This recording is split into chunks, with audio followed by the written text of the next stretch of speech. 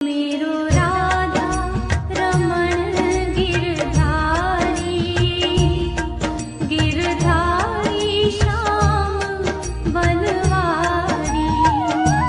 मेरो राधा रमण गिरधारी, गिरधारी श्याम बनवारी।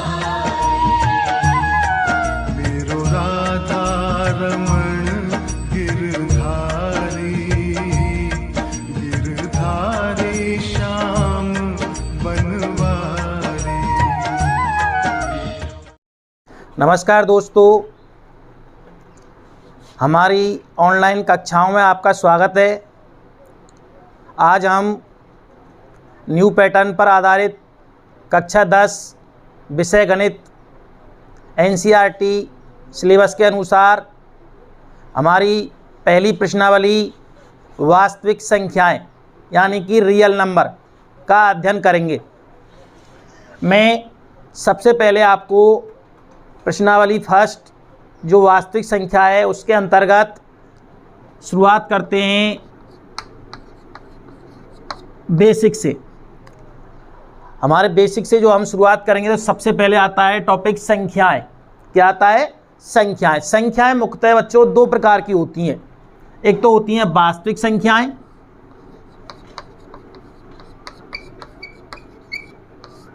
वास्तविक संख्याएं, और एक होती हैं बच्चों काल्पनिक संख्याएं। काल्पनिक संख्याएं। बेटाओ, गणित विषय को समझने के लिए जो हमने ये ऑनलाइन कक्षाओं का माध्यम अपनाया है, इसे आपको मोबाइल से या जो भी आपको सुविधा उपलब्ध है प्रत्येक कक्षा पर आपको ध्यान देकर और जो चैप्टर वाइज आपकी कक्षाएं आपको मिलेंगी उनको आपको ध्यान से अध्ययन करना है, क्योंकि आप ध्यान देकर ही आप अच्छे से स्टडी कर पाओगे। तो काल्पनिक संख्या के बारे में थोड़ा सा मैं आपको बताता हूँ। काल्पनिक संख्या जैसे कि आपको पता है कि x² + 2 = 0, x² + 2 = 0। यहाँ पे मैंने पक्षांतरण किया, x² प्लस के 2 हैं, पक्षांतरण करेंगे किसके आ जाएंगे? माइनस के। x की वैल्यू निकालेंगे, वर्ग है, दूसरे पक्ष में जाएगा तो ये रूट में चेंज हो जाएगा, √-2 ± √2। आपको पता होगा, क्या आपने कभी माइनस के अंतर्गत या रूट के अंतर्गत जो माइनस चिन्ह आता है उन संख्याओं का कभी भी आपने वर्गमूल निकाला है? नहीं निकाला। ये जो संख्याएं हैं ये काल्पनिक संख्याओं के अंतर्गत आती है। हम काल्पनिक संख्याओं को इमेजनरी नंबर बोलते हैं, यानी इन्हें एक शब्द काम में लिया जाता है आयोटा, जो हमारे इस सिलेबस में नहीं है। जैसे हम बात करते हैं √-4, √-4। आपके दिमाग में आ रहा होगा सर इसका वर्गमूल तो हम जानते हैं, इसका वर्गमूल तो 2 होता है। बहुत से बच्चे बोल रहे हैं -2 होता है, जबकि ऐसा नहीं है। ये जो संख्या है ये काल्पनिक संख्या है। और मैं आपको बता दूं कि इसका जो अंडर रूट निकालेंगे अपन, 4 का अंडर रूट होता है 2, और जो इस √-4 को हम ऐसे भी लिख सकते हैं, √-1 इज इक्वल इंटू √4। 4 का अंडर रूट तो कितना आ गया? 2, और √-1 को एक राशि, एक संख्या से निरूपित करते हैं जिसको बोलते हैं अपन आयोटा। एक प्रतीक चिन्ह होता है आयोटा। इसका मतलब √-4 का जो वर्गमूल होगा वो होगा 2 आयोटा। आयोटा की वैल्यू क्या होती है? √-1, √-1। यानी ये जो संख्या है ये काल्पनिक संख्या है। कैसी संख्या है? काल्पनिक। तो हम हमारे इस सिलेबस में काल्पनिक संख्याओं का अध्ययन नहीं करेंगे। दूसरी जो संख्याएं होती हैं वो होती हैं अपनी वास्तविक संख्या। वास्तविक संख्याओं के भी 2 प्रकार की होती हैं। वास्तविक संख्याएं भी कितनी प्रकार की होती हैं? 2 प्रकार की। पहली होती है बेटा परिमेय संख्या। वास्तविक संख्याएं दो प्रकार की होती हैं, एक तो होती है बेटा परिमेय संख्या और एक होती है अपरिमेय संख्या।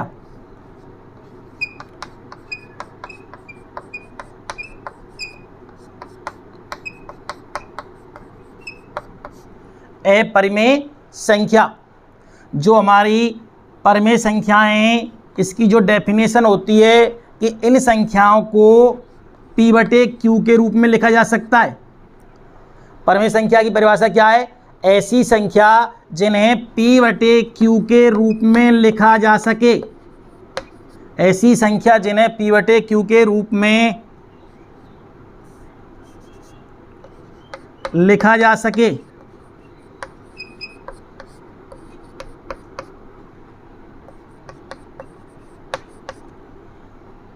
जहां जो P और Q हैं वो एक पूर्णांक होते हैं। P/Q क्या होते हैं? पूर्णांक। एवं Q की जो वैल्यू है वो बराबर नहीं होती है किसके? 0 के। एक खास बात और है कि जो ये P और Q संख्या हैं, इस P और Q का यदि हम HCF निकालें तो P और Q का जो HCF है वो हमेशा 1 आता है। HCF क्या आता है? 1। मैं आपको बता दूं कि जिन दो संख्याओं का HCF 1 आता है उन संख्याओं को हम सहभाज्य संख्या बोलते हैं। क्या बोलते हैं? सहभाज्य संख्या, यानी कोप्राइम नंबर। सहभाज्य संख्या जैसे कोई भी दो संख्या ले ली मैंने, 4 और 5। 4 के जो फैक्टर हैं वो होंगे 4 × 1 और 5 के होंगे वो होंगे 5 × 1। मैं क्या देख रहा हूँ कि दोनों के जो गुणनखंड हैं उनमें जो कॉमन है वो क्या है? 1 है। इनका HCF में से कितना है? 1। तो ये दोनों जो संख्याएं हैं वो कंप्लीटली सहभाज्य संख्या है। कैसी संख्या है? सहभाज्य संख्या। तो सहभाज्य संख्या किसी एक संख्या को नहीं कहते पर्टिकुलर, कम से कम कितनी संख्या होनी चाहिए? 2 संख्या। और जिन दो संख्याओं में केवल एक कॉमन हो, एक ओवेनिस्ट संख्या हो, एक, वही क्या कहलाएगी? सहभाज्य संख्या। मैं बात करूं जैसे दो संख्या ले ली मैंने, एक तो ले ली 6 और एक ले ली मैंने कितनी? 15। दोनों के मैंने गुणनखंड किए तो 6 के गुणनखंड तो आए 2 × 3 और 15 के आए 3 × 5। क्या देख रहा हूं मैं कि इनमें 3 है वो क्या है? ओवेनिस्ट है। लेकिन 3 के अतिरिक्त एक संख्या और भी है और वो क्या है? 1। 1 भी इन दोनों में कॉमन है और 3 भी इनमें क्या है? कॉमन। 1 के अलावा कोई अन्य संख्या भी यदि कॉमन आती है तो वे संख्याएं सहभाज्य संख्या नहीं कहलाती हैं। यानी जो हमारी परिमेय संख्या होती है उसमें जो P और Q जो ये संख्याएं हैं, इन संख्याओं के अंतर्गत इन दोनों संख्याओं में केवल एक ही ओवेनिस्ट गुणनखंड होगा जिनका HCF क्या आएगा? 1। यानी P और Q दोनों संख्याओं का HCF 1 आएगा, 1 के अलावा कुछ और नहीं आएगा। परिमेय संख्याओं की हम बात करते हैं।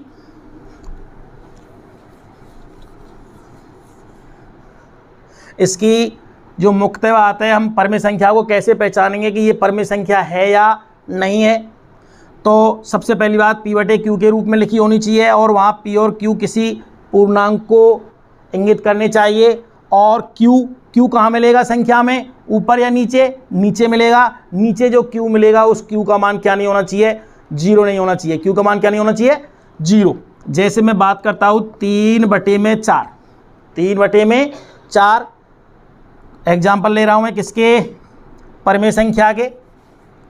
परिमेय संख्या के क्या ले रहा हूँ? एग्जाम्पल। सबसे पहले ले लिया मैंने 3/4। आप देखिए बेटा, इसमें आप स्वयं बता सकते हो कि इसमें P का मान कितना है? 3 और Q का मान कितना है? 4। 3 और ये हो गया 4। दूसरी बात यह है कि ये दोनों क्या होने चाहिए? पूर्णांक। क्या होने चाहिए? पूर्णांक। पूर्णांक जो होते हैं वो अपनी धनात्मक और ऋणात्मक संख्याओं का संग्रह क्या कहलाता है? पूर्णांक कहलाता है। क्या कहलाता है? पूर्णांक। तो हम ऐसे समझें कि जितनी भी जो संख्याएं हैं, चाहे वो प्लस की हों चाहे माइनस की हों, वो सभी संख्याएं क्या कहलाती हैं? पूर्णांक कहलाती। क्या कहलाती हैं? पूर्णांक। जो पूर्ण संख्याएं हैं जैसे 1 2 3 4 5 -1 -2 -3 ये सभी जो पूर्ण अपने आप में पूर्ण अंक है, ऐसे नहीं आधा होना चाहिए 1/2, ये कोई पूर्णांक नहीं। पूर्णांक एक ही अंक होता है, जैसे 2 3 4 -4 -5 ये सभी पूर्णांक हैं। तो आप क्या देख रहे हैं, या फिर ऐसे समझूं, अपनी जो गिनती होती हैं वो चाहे प्लस में बोले चाहे माइनस में बोले, सभी क्या है, पूर्णांक हैं। तो चलो बताओ, सबसे पहली बात P/Q के रूप में है या नहीं है, संख्या 3/4 है। P और Q जो आपको दिख रहे हैं ये दोनों ही पूर्णांक है या नहीं है। पूर्णांक मतलब गिनतियों में आते ही नहीं आते, चाहे माइनस में हो चाहे प्लस में हो, तो प्लस में ये 3 और 4 होते हैं। इसके अलावा लास्ट में जो तीसरी शर्त है वो क्या है कि Q का मान क्या नहीं होना चाहिए, 0 नहीं होना चाहिए। तो नीचे का जो मान है 4 क्या 0 है, यहाँ पे नहीं है, तो इसका मतलब ये कैसी संख्या है, पूर्णांक संख्या। और भी बात करते हैं हम, बात करें 0 की, क्या इसको हम P/Q के रूप में लिख सकते हैं, लिख सकते हैं। इसके बटे में क्या मान लें, 1, 0 बटे में 1।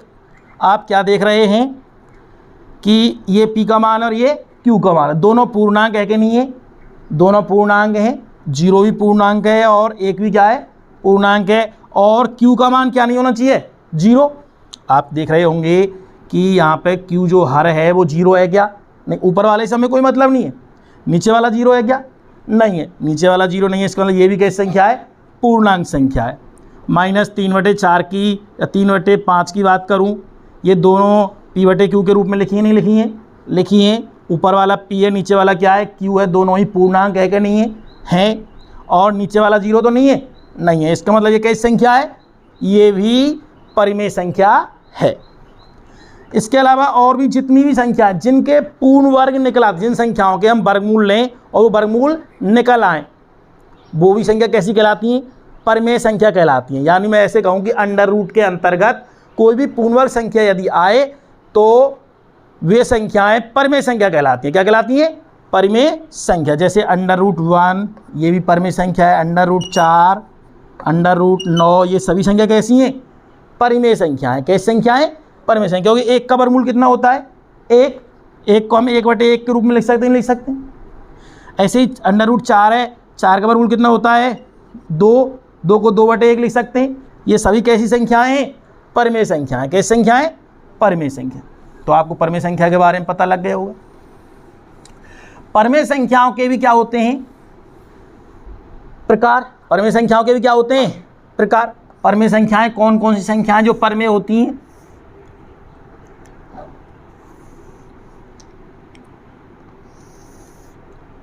पहली संख्या है प्राकृत संख्या। प्राकृत संख्या, प्राकृत संख्याएं, जितनी भी प्राकृत संख्याएं वो सभी क्या होती हैं, परिमेय होती हैं। दूसरी होती है अपनी पूर्ण संख्या, और तीसरी होती है अपनी पूर्णांक संख्या,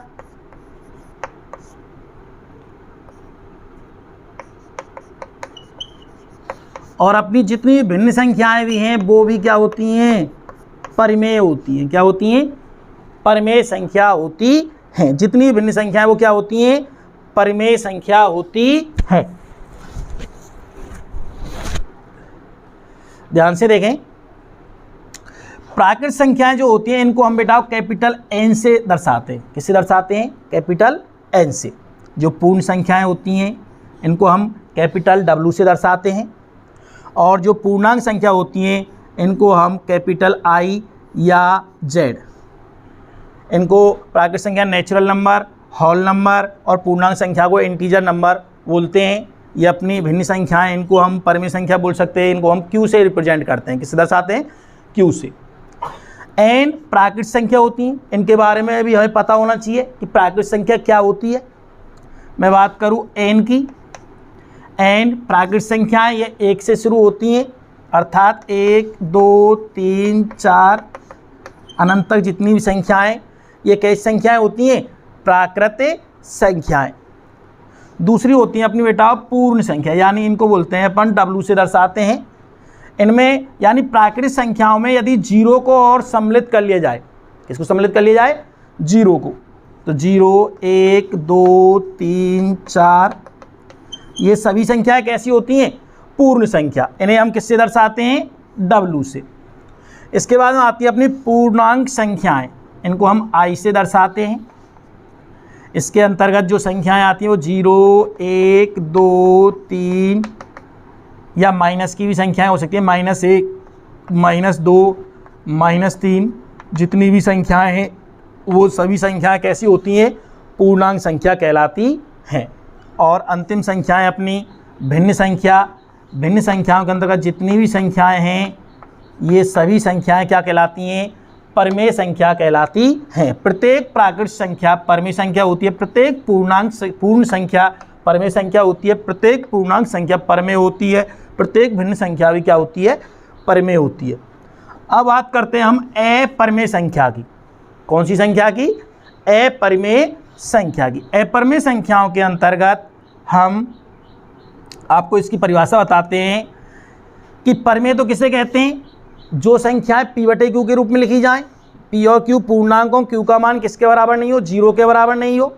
p और q जो दोनों संख्याएं हैं उनका HCF हमेशा 1 आता है।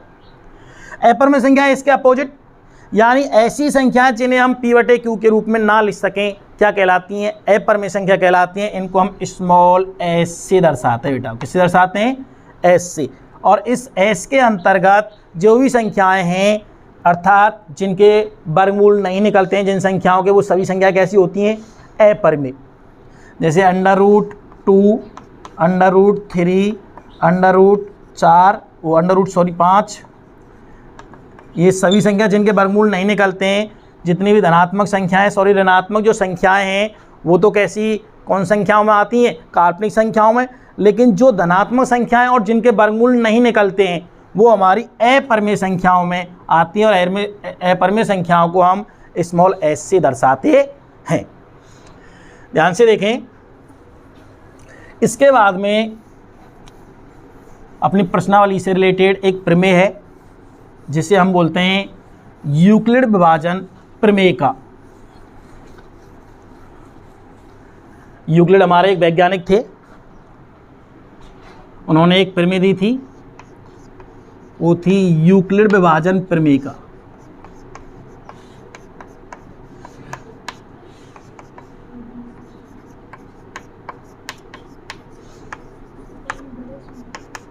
यूक्लिड विभाजन प्रमेय का मैं आपको बताता हूँ। आपने प्रमेय तो सुनी होंगी, 9th क्लास में प्रमेयों के बारे में जिक्र किया है हमने, और आपने सुनी होंगी प्रमेय है उनको हमें सिद्ध करना पड़ता है।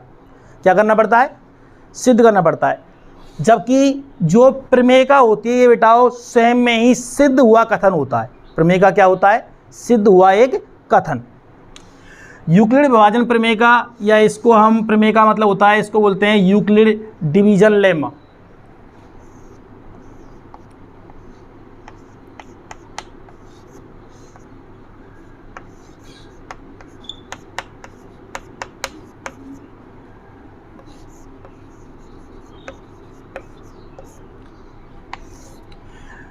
यूक्लिड जो अपने वैज्ञानिक थे, इन्होंने विभाजन प्रक्रिया पर एक प्रमेय बनाई थी जिसे क्या कहते हैं अपन, यूक्लिड विभाजन प्रमेय का। इन्होंने 2 धनात्मक पूर्णांकों को लिया था।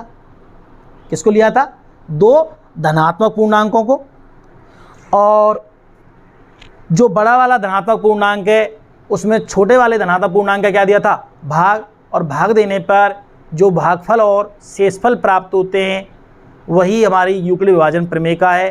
उन्होंने इसको एक रूप दिया जो आप ध्यान से देखें। जैसे मैं एक भाग करता हूं और आपको पता है कि जिस संख्या में हम भाग देते हैं उसे कहते हैं हम कौन सी संख्या, भाज्य संख्या। क्या बोलते हैं, जिसमें हम भाग देते हैं उसे क्या बोलते हैं, भाज्य। और जिसका भाग देते हैं उसे बोलते हैं भाजक। क्या बोलते हैं, भाजक। जब हम भाज्य में भाजक का क्या देंगे, भाग, तो हमें यहाँ पर तो क्या प्राप्त होगा, भागफल, और नीचे अंत में क्या प्राप्त होगा, शेषफल। क्या प्राप्त होगा, शेषफल। ये आप जानते हो नहीं जानते हो, आपने भाग दिए भी होंगे। जैसे मैं एक नॉर्मल सा भाग कराता हूँ आपको लिए 15 में, जैसे हम भाग दे रहे हैं कितने का बेटा, 4 का। कितने का भाग दे रहे हैं, 4 का। कितनी बार गया, 3 बार। 4 तिया 12, कितने बचे, 3। कितने बचे, यहाँ पे ये 4 है, ये तो क्या है भाजक, 15 क्या है भाज्य, 3 क्या है भागफल, और ये 3 ये क्या है शेषफल। क्या है शेषफल। मैं आपको बता दूं कि यूक्लिड ने भाज्य को कहा बेटा ए, क्या कहा भाज्य को ए, भाजक को क्या कहा बी, भागफल को क्या बोला क्यू, और शेषफल को बोला आर फॉर रिमाइंडर यानी शेषफल।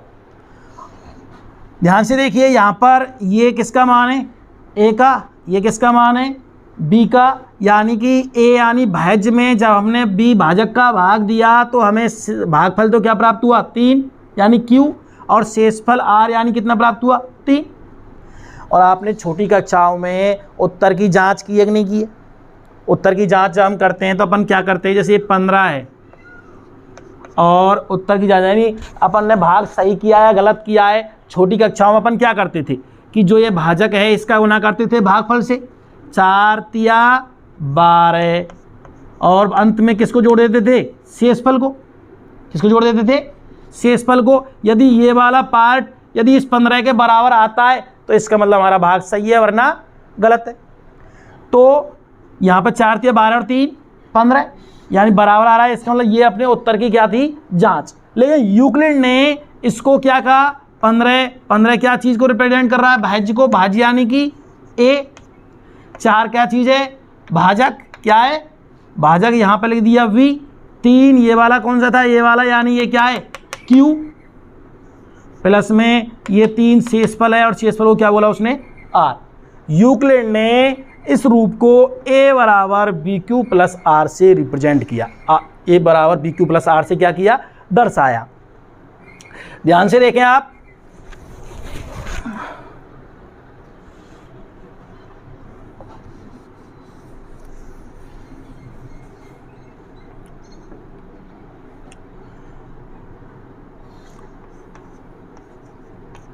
दो धनात्मक पूर्णांक ए व बी के लिए, ए व बी के लिए यूक्लिड ने ए बराबर वी क्यू प्लस आर। यहाँ आपको पता होना चाहिए जब भी हम कोई भाग देते हैं, जैसे मैं एक भाग दे रहा हूँ 21 में भाग दिया मैंने 7 का या सॉरी 8 का, कितने भाग दिया कितनी बार गया 8 दूनी 16, कितने बचे 5।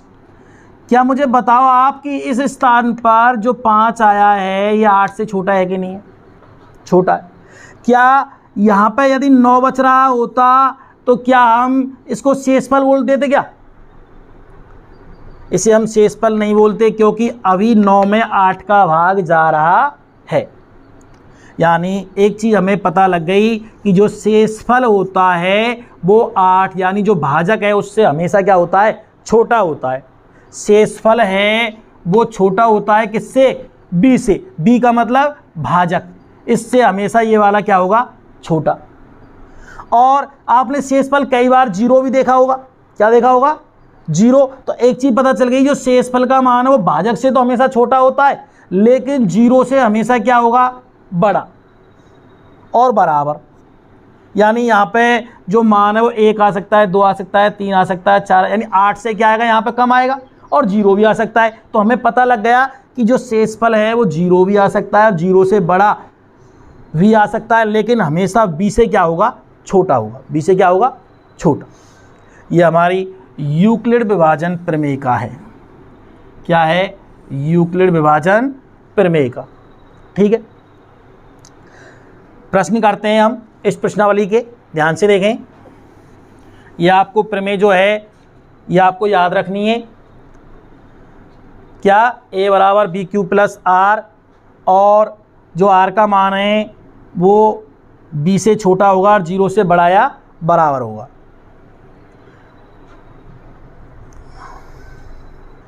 आज की वीडियो में बस इतना ही। अब हम अगली क्लास में प्रश्नावली 1.1 के प्रश्नों को हल करेंगे। धन्यवाद।